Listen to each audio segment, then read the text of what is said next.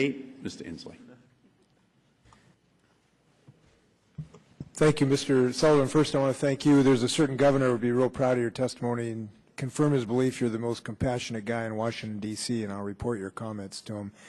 I want to ask just a question for the whole panel but about a particular group that is seriously underserved, not for broadband, but for any band. They don't even have a phone connection, and that's our tribal community on many reservations, many of which are geographically isolated.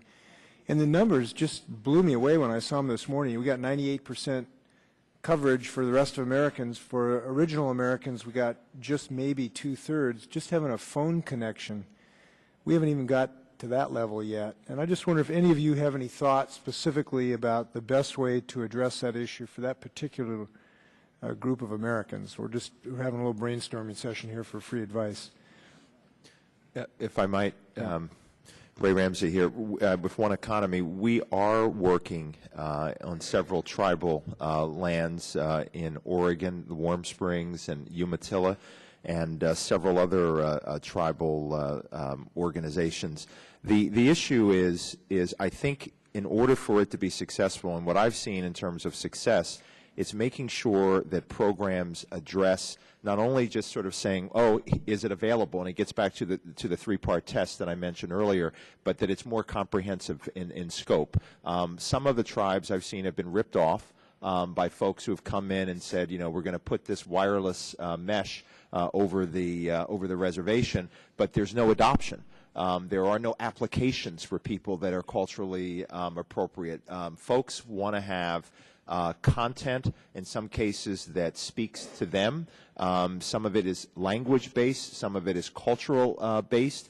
There has to be a focus on the human capacity side in terms of digital literacy, getting young people involved. So in Warm Springs, we're working with them on getting the young folks involved in train so that they can train elders. There's content that we're producing that's culturally appropriate and in some of the native languages, as well as deploying wireless to make it work, just given the geographic expanse in many of the places. So we've written grants. We've gotten it supported by foundations and other entities. So there are gaps in the way we look at tribal access, affordability, and adoption. So I would say that it has to be more comprehensive than just saying, here's the conduit or money for switching or things like that. That's not going to ultimately, when you step back and say, are we successful, you aren't going to be successful if you're just putting money in narrow bands.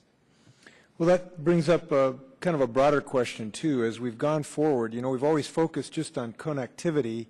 And if it doesn't get used because someone can't afford the machine to connect to it or for some other reason, we're not doing it.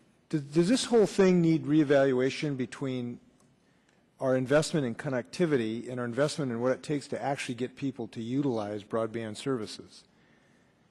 Is there a whole new issue discussion we should be having in that regard?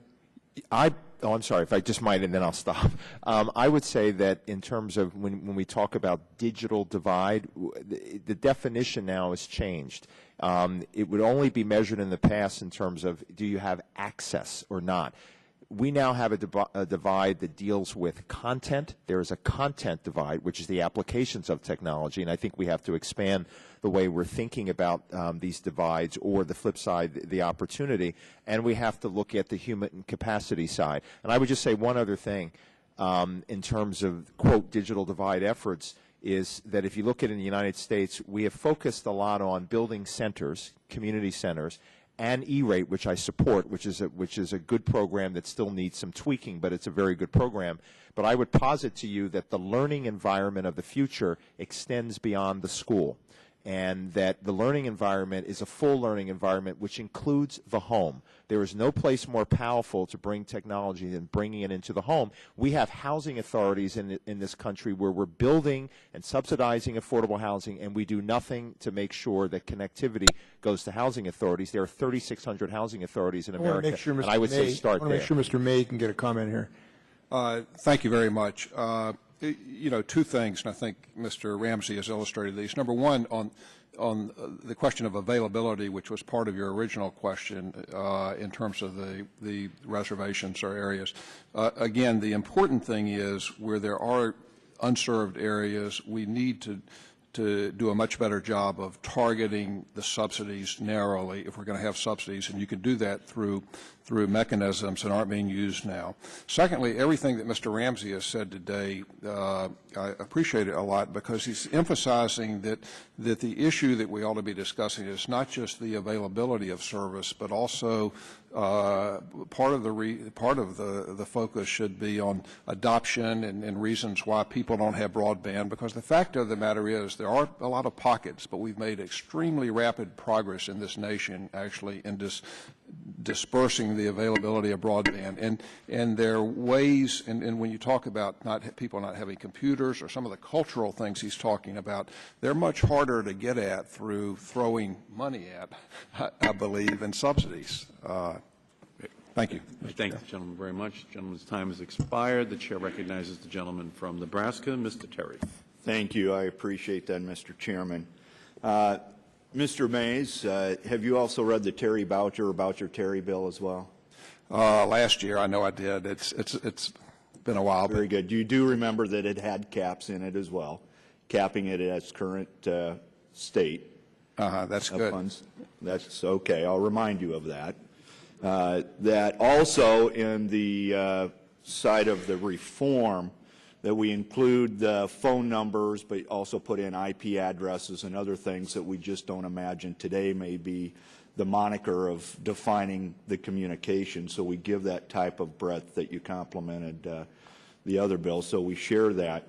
Also in the Terry Boucher bill, you raised the issue of competitive bidding through reverse auctions to be more like the carrier of last resort. And in our bill, we kind of worked through that issue and decided what we would do is just define that to be eligible for the funds, that you have to walk like a duck and actually be a carrier of last resort, as opposed to just come in and picking off some of the bigger population areas. But keep in mind, bigger population areas in a high-cost area may be 1,500 or 2,500 people.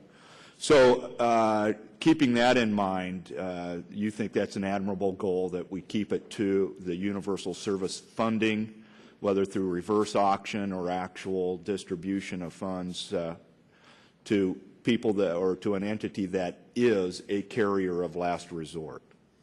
Yes, Mr. Terry, I think those are admirable goals. And I guess the only thing I would just emphasize again, and your bill goes a ways towards this in the ways that you suggested, but I think ultimately the distribution method is important to achieve greater efficiency, and I would urge the use of a mechanism like the reverse auction to make sure that we're continuing to ramp down the cost of these programs to take advantage of the lower cost from new technology. Well, and one of the things that I'd like to stress here, and we could get into this at the next hearing, and maybe you could be at that one as well, but the explosion in the high-cost fund is because now there's areas that one area of 2,500 people has 3 entities or more getting universal service fund, which to me kind of defies the logic of its original intent.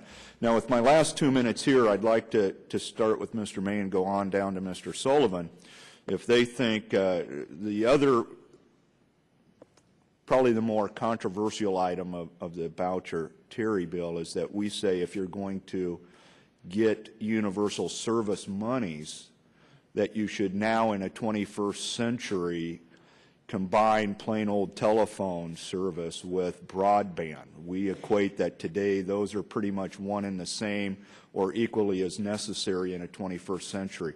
Do you think if we're going to subsidize either through the traditional means of universal service checks or through a reverse auction, that you should also have to supply broadband? My preference would be to make a cleaner break with the existing regime in the past, and recognizing the importance of broadband, as I did in my testimony, and recognizing that there may be a need for some subsidies. I'd prefer actually to do it separately and have broadband funded through general appropriations. Yeah, I would add that probably